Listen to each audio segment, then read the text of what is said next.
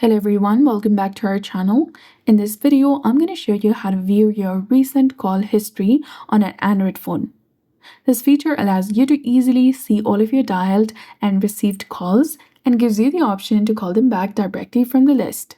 It is important to follow all the steps in this guide carefully to ensure you don't miss any crucial information. So let's begin. So first, you need to locate the phone app on your device and open it. It is usually found at the bottom of your screen on the left side. If you have trouble finding it, you can also swipe up and then search for it. And on the bottom, you'll see the sections like keypad, recent, and contact. Go ahead and select recent to see all of your recent call history on your phone.